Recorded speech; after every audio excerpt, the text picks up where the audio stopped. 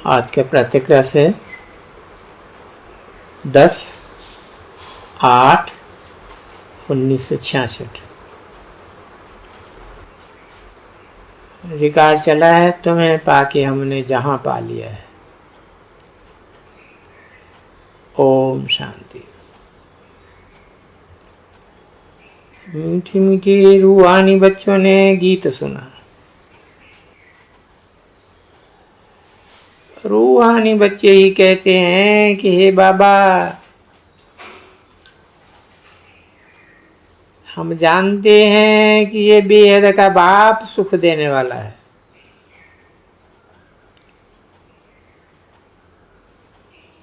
अर्थात बेहद का बाप माना सब का बाप है।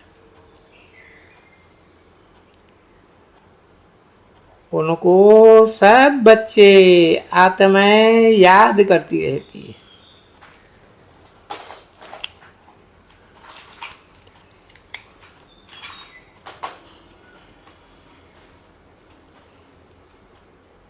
किस न किस प्रकार से याद करती रहती है। याद करते हैं, परंतु उनको ये पता नहीं है कि हमको कोई उस परमपिता परमात्मा से विश्व की बादशाही मिलती है। तुम जानते हो, हमको बाप जो सत्य की विश्व की बादशाही देते हैं वो अटल अखंड अडोल बादशाही है। और वो हमारी बादशाही 21 जन्म कायम रहती है। सारे विश्व पर हमारी राजाई रहती है। कोई छीन नहीं सकता, लूट नहीं सकता। हमारी राजाई है अडोल, क्योंकि वहां एक ही धर्म है।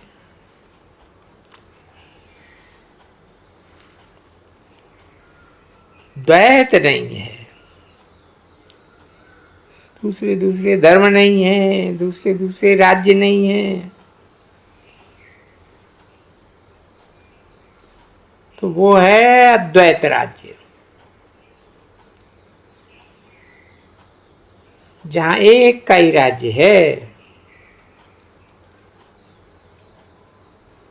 बच्चे जब गीत सुनते हैं तो बुद्धि में अपनी राजाई का नशा होना चाहिए।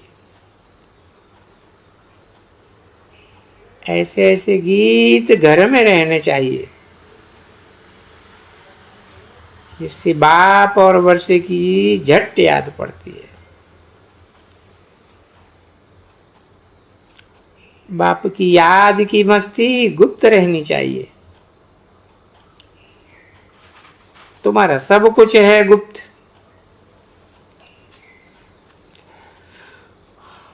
और बड़े बड़े आदमियों का तो बहुत ठाठ बाट होता है। तुमको कोई ठाठ नहीं है। तुम देखते हो बाबा ने जिसमें प्रवेश किया है उसमें भी ठाठ की कोई बात नहीं है। कपड़े आदि सब वो ही हैं।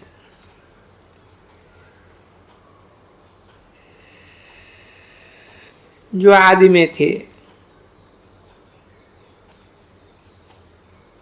तुम बुद्धि से समझते हो, इनमें बाबा ने प्रवेश किया है।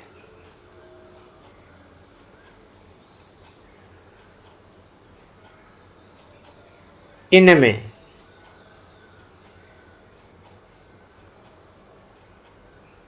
दो बैलों की जोड़ी का गायन है ना,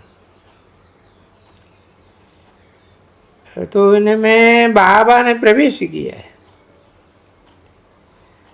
हमको ये राज भाग देने के लिए। ये भी बच्चे जानते हैं। यहाँ इस पुरानी दुनिया में हर एक मनुष्य अनराइटियस छी काम ही करते हैं। जो भी इस समय मनुष्य, विद्वान, पंडित, साधु आदि हैं, राजा हैं या प्रेसिडेंट, सब अनराइट ऐसी काम करते। इसलिए इनको बेसमझ कहा जाता है। बुद्धि को बिल्कुल ही ताला लगा हुआ है। तुम कितने समझदार थे, विश्व के मालिक थे, अब माया ने इतना बेसमझ बना दिया है जो कोई काम के नहीं रहे। बाप के पास जाने के लिए भक्ति मार्ग में यज्ञ, तप, दान आदि बहुत करते रहते, परंतु मिलता कुछ भी नहीं, ऐसे ही धक्के खाते रहते, जैसे कोई आरफन धक्के खाते रहते। दिन प्रतिदिन कल्याण ही होता जाता है। जितना जितना मनुष्य तमो प्रधान होते जाते हैं, उतना ही अकल्याण होना है। ऋषि मुनि जिनका गायन है वो पवित्र रहते थे। जब सतो प्रधान थे तो साफ कहते थे, हम रचयिता और रचना के आदि मध्य को, अंत को नहीं जानते। नेति नेति कहते थे, हम उसके आदि अंत को नहीं जानते।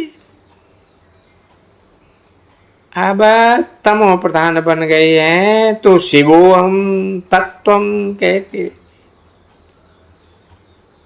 परमात्मा सर्वव्यापी,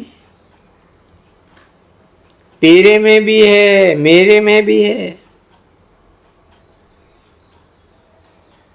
वो लोग सिर्फ कहते हैं,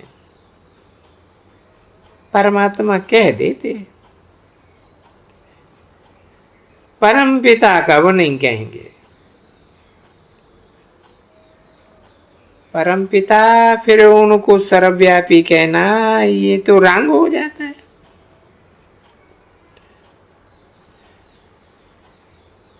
इसलिए फिर ईश्वर व परमात्मा कह देते।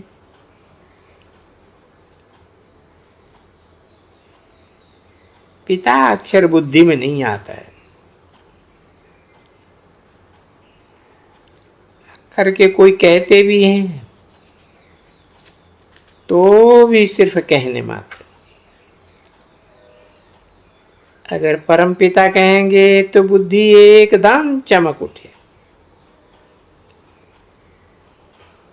बाप स्वर्ग का वर्षा देते हैं, वो है ही हेवनली गॉड फादर। फिर हम कलयुगी नरक में क्यों पड़े हैं? अब हम मुक्ति, जीवन मुक्ति कैसे पा सकते? ये बात किसी की बुद्धि में नहीं आती। आत्मा पतित बेसमझ होती जाती है। आत्मा पहले समझदार सतो प्रधान थी, फिर रजोतमो में आती, बेसमझ बन पड़े। अब तुमको समझ आई है, बाबा ने हमको ये स्मृति दिलाई है। तो नई दुनिया, नया भारत था तो हमारा राज्य था, एक ही मत है, एक ही भाषा, एक ही महाराजा महारानी थे। सतयुग में महाराजा महारानी, त्रेता में राजा रानी कहा जाता है। फिर द्वापर में वाम मार्ग शुरू होता है।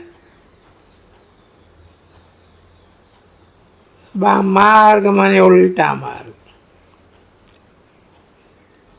फिर हर एक के कर्म पर मदार, कर्मों के अनुसार एक शरीर छोड़ दूसरा लेते हैं।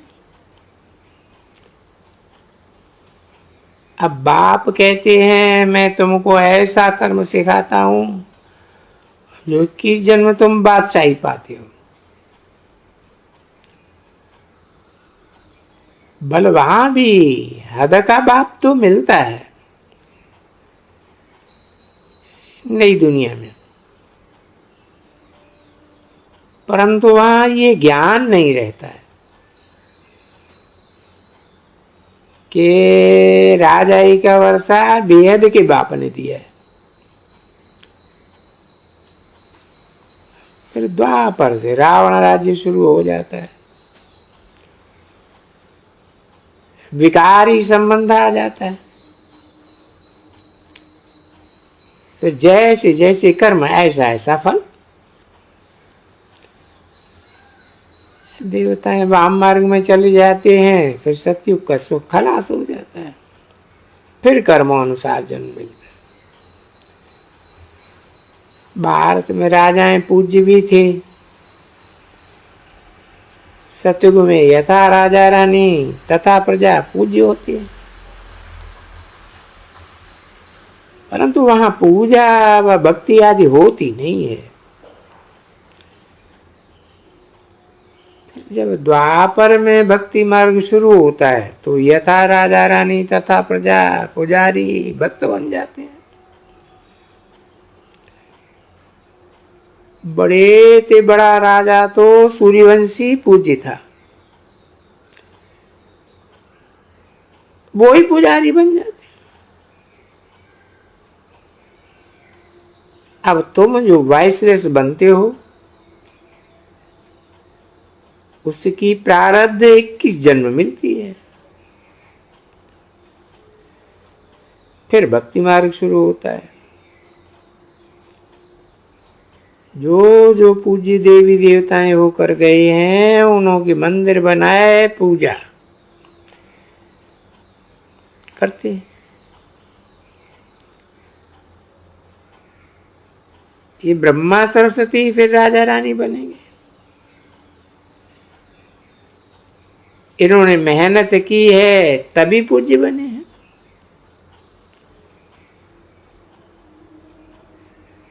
10/8/1966 की प्रातः क्लास का 3रा पेज।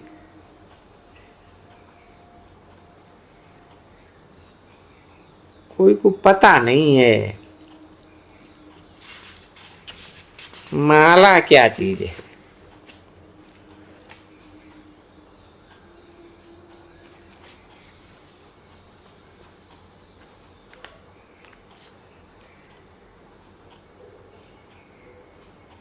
ऐसे ही माला फेरते रहते हैं। 16,108 की भी माला होती है, बड़े बड़े मंदिरों में रखी रहती है। फिर कोई कहां से खींचता है, कोई कहां से खींचता है। बाबा बॉम्बे में लक्ष्मी नारायण के मंदिर में जाती थी,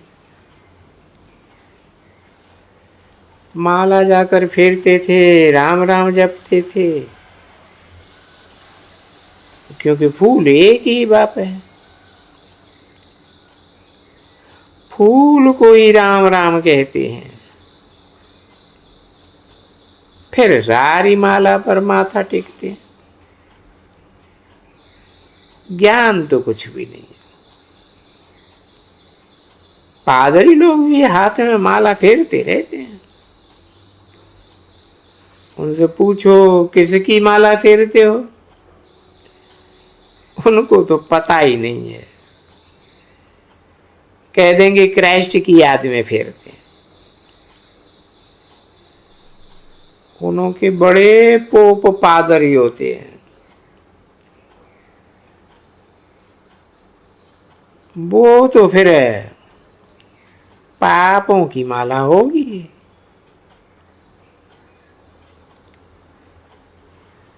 है पोपों की माला। क्रिश्चियन धर्म के जो भी पोप हुए हैं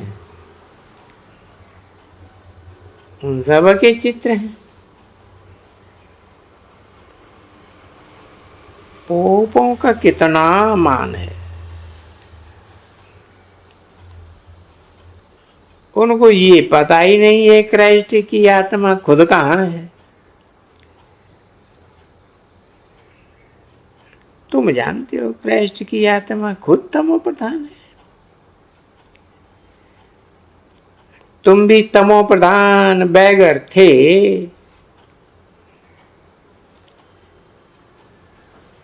अब बैगर टू प्रिंस बनते हो। भारत प्रिंस था, अब बैगर है, फिर प्रिंस बनते हैं। बनाने वाला बाप, तुम मनुष्य से प्रिंस बन रहे हो। प्रिंस कॉलेज भी होता है जहां प्रिंस जा करके पढ़ते हैं। तुम यहाँ पढ़ करके 21 जन्मों के लिए स्वर्ग के प्रिंस प्रिंसेस बनते हो। नाल से तुम मनुष्य से देवता बनते हो। ये श्री कृष्ण प्रिंस है, इनकी 84 जन्मों की कहानी लिखी हुई है। मनुष्य क्या जाने, वो तो कह देते हैं कि मनुष्य 84 लाख जन्म लेते हैं, फिर कहते हैं मनुष्य का जन्म दुर्लभ है। 84 लाख योनियां भोग कर फिर एक मनुष्य का जन्म मिलता है, इसलिए कहेंगे दुर्लभ है। मनुष्य का जन्म सबसे अच्छा है। बाकी बिच्छू टिंडन आदि बनते हैं,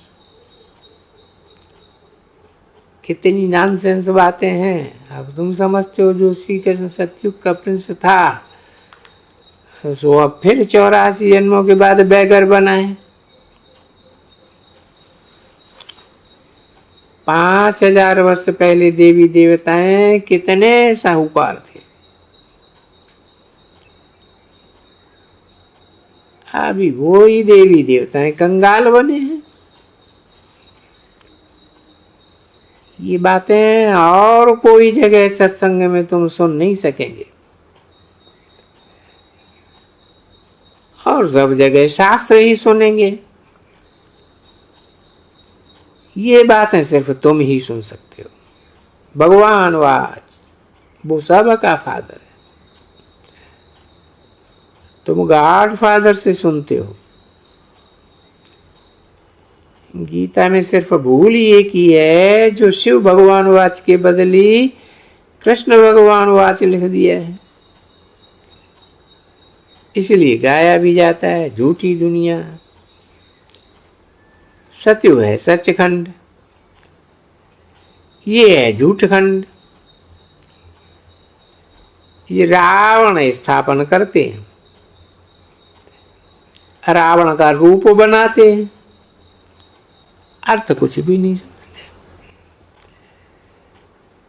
किसको भी पता नहीं है आखिर रावण है कौन, जिसको मारते भी हैं फिर जी जाता है। इतने बड़े बड़े विद्वान पंडितों को भी ये पता नहीं कि रावण है कौन, जिसको हम जलाते हैं। वास्तव में 5 विकार स्त्री के 5 विकार पुरुष के उनको कहा जाता है रावण, उनको मारते हैं। रावण को मारकर फिर सोना लूटते हैं। कैसी नॉनसेंस बात है। ये है कांटों का जंगल। बॉम्बे में बबूलनाथ का भी मंदिर है। बाप आकर इन कांटों को फूल बनाते हैं। और तो सब एक दो को कांटा लगाते रहते, अर्थात काम कटारी चलाते रहते हैं। इसलिए इसको कांटों का जंगल कहा जाता है। ओम शांति।